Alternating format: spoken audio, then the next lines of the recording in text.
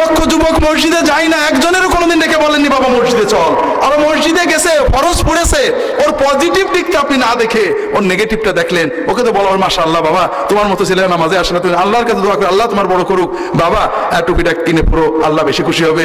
আজকে ক্রিকেট খেলা দেখছিল, যাও আগামীতে সুন্নতটা পড়ো, বলতে পারতেন না? এটা হলো মুহাম্মদ রাসূলুল্লাহ সুন্নত। সব তো সুন্নি, টুপি একটা পড়েছে, ইয়া নবী সাল্লাল্লাহু আলাইহি ওয়াসাল্লাম সুন্নি হয়ে গিয়েছে।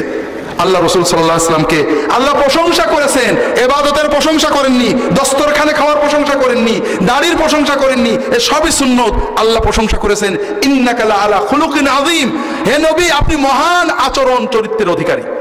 মানুষকে ভালোবেসে মানুষের সুন্দর আচরণ করতে পারেন, প্রতিটি মানুষের পজিটিভ দিক বিচার করে কথা বলতে পারে। কথা বুঝতে পারেন? রাসূলুল্লাহ সাল্লাল্লাহু আলাইহি ওয়াসাল্লাম যুব বান্ধব, যুবকেরা তার কাছে মজা পেত, তার কাছে সত্য পেত, তার আচরণ কথা এবং কর্মে মিল পেত। যুবকেরা ভণ্ডামি ভালোবাসে না। কথা বোঝেননি? আপনি মুখের কথা অনেক বলেছেন, কামে নেই, যুবকদের ভিতরে খটকা লাগে, কারণ ওদের তো স্বার্থ চিন্তা নেই, ওরা সত্য চিন্তা করতে চায়। ওরা সত্য পেয়েছে মুহাম্মদ রাসূলুল্লাহ সাল্লাল্লাহু আলাইহি ওয়াসাল্লামের ভিতরে, কথা এবং কাজে শতভাগ মিল, কোনো ফাঁক নেই। যেটা বলছিলাম ভাইরা, আর এক শ্রেণীর মানুষ, সমাজের সাধারণ মানুষ, দেখলেন না একজন রঙের মিস্ত্রি টাকা দিয়ে গেল, এই ধরনের মানুষ রাসূলুল্লাহ সাল্লাল্লাহু আলাইহি ওয়াসাল্লামের সাহাবী হয়েছেন আগে। কেন? তাদের কোনো স্বার্থ চিন্তা নেই।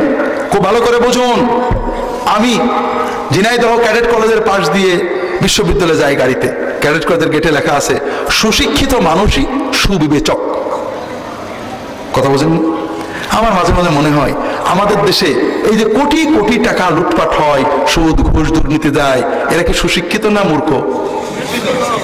কই সুবিবেচনা তো পাচ্ছি না। আমাদের দেশে এই যে 7 খুন করে 10 খুন করে, মানুষজন খুন করে, লক্ষ লক্ষ কোটি কোটি টাকার সম্পদ লুট করে, ভূমিদস্যুতা করে, এরা কি শিক্ষিত না মূর্খ? কই সুবিবেচনা তো পাচ্ছি না। কথা বুঝতে পেরেছেন? সমাজের সম্পদশালী ক্ষমতাশালীরা সবচেয়ে বেশি অন্যায় করে।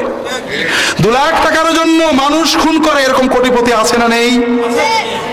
আর রিক্সাওয়ালা 2 লাখ টাকা 3 লাখ টাকার ব্যাগ গাড়ির থেকে রিক্সার উপর থেকে নিয়ে খুঁজে খুঁজে মালিককে দিয়ে আসে, এরকম আছে না নেই? আল্লাহু আকবার। এর ব্যাংকে শত শত কোটি টাকা আছে, তারপরেও 2 লাখ টাকার জন্য ও মানুষ খুন করে। আর এর ব্যাংকে টাকা নেই, কিন্তু ওর অন্তরের লোভটাও এত নেই। তো এই লোভ মুক্ত সহজ সরল মানুষগুলো মুহাম্মদ রাসূলুল্লাহ সাল্লাল্লাহু আলাইহি ওয়াসাল্লামের দ্বীন গ্রহণ করছিল। তৃতীয় হলো সমাজের বোদ্ধা কিছু মানুষ, যারা সমাজের অন্যায়কে অন্যায় বুঝতেন, কিছু বলতে পারতেন না।